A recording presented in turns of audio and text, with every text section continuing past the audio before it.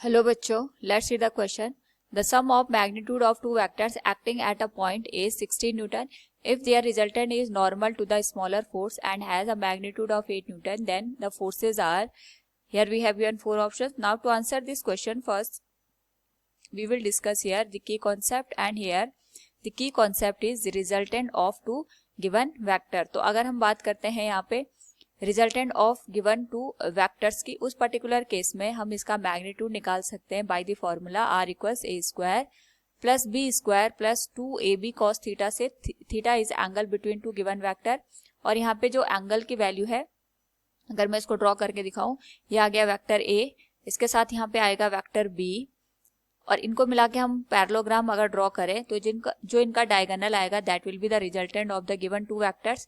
ये एंगल बनेगा यहाँ पे अल्फा, तो tan अल्फा की वैल्यू आ जाएगी b sine theta divided by a plus b cos theta के। नाउ यहाँ पे अकॉर्डिंग टू द क्वेश्चन हमें पूछा गया है कि दो वेक्टर है जिनका सम 16 न्यूटन के बराबर है, तो हम सीधे लिख सकते हैं दो वेक्टर हम मान लेते हैं p और q, इनका जो सम है वो 16 न्यूटन के बराबर है। This will be question number first. और यहाँ पे the resultant of the given vector is normal to the smaller force, यानी दोनों में से एक के नॉर्मल है, तो हम यहाँ पे ये कह सकते हैं कि जो रिजल्टेंट आएगा वो r के बराबर है and it is 8 Newton.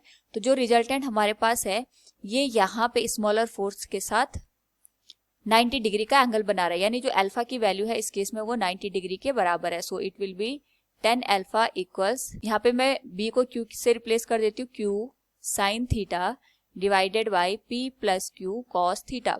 Alpha की वैल्यू यहाँ पे 90 डिग्री है, तो tan अल्फा इन्फिनिटी हो जाएगा, यानी ये जो पूरा डिनोमिनेटर का टर्म है ये 0 के बराबर होगा। So p plus q cos theta will be equal to 0। यहाँ से कॉस थीटा की वैल्यू निकल के आएगी minus p by q. This will be question number second.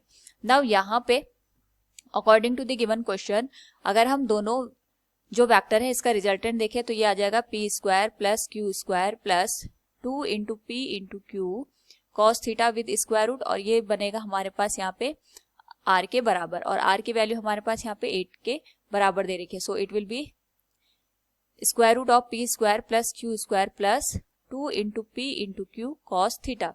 दोनों साइड का स्क्वायर करेंगे तो ये आ जाएगा p square plus q square plus 2 into p into q cos theta equals 64। तो यहाँ से हमारे पास जो कॉस थीटा की वैल्यू आएगी अगर हम इसको पुट कर दें तो ये आ जाएगा 2 into p into Q minus P by Q equals 64। Q से क्यू कैंसिल हो जाएगा, सो it will B Q square minus P square equals 64।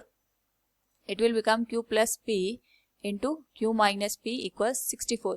Q plus P हमारे पास यहाँ पे 16 दे रखा है। फ्रॉम इक्वेशन फर्स्ट हम ये लिख सकते हैं, यहाँ से ये वैल्यू आ जाएगी 16 into Q minus P equals 64, और वैल्यू बन जाएगी क्यू माइनस पी इक्वल्स 4 के।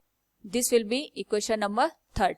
नाउ जो हमारे पास यहाँ पे फर्स्ट इक्वेशन है और जो हमारे पास यहाँ पे थर्ड इक्वेशन है, अगर हम इन दोनों को ऐड कर दें फ्रॉम इक्वेशन 1 एंड इक्वेशन 3, दोनों को ऐड करके p से p कैंसिल हो जाएगा, it will B 2q equals 20। q की वैल्यू यहाँ से आ जाएगी 10 न्यूटन के बराबर। नाउ दोनों का जो सम दे रखा है q plus p it is 16 Newton, तो हमारे पास यहाँ से जो p की वैल्यू आएगी that will be 16 minus 10 that is 6 newton. This will be the second force. So from the given question we can say then the forces are 6 Newton and 10 Newton. Option first will be the right answer. Hope all you understood it. Thank you and best of luck.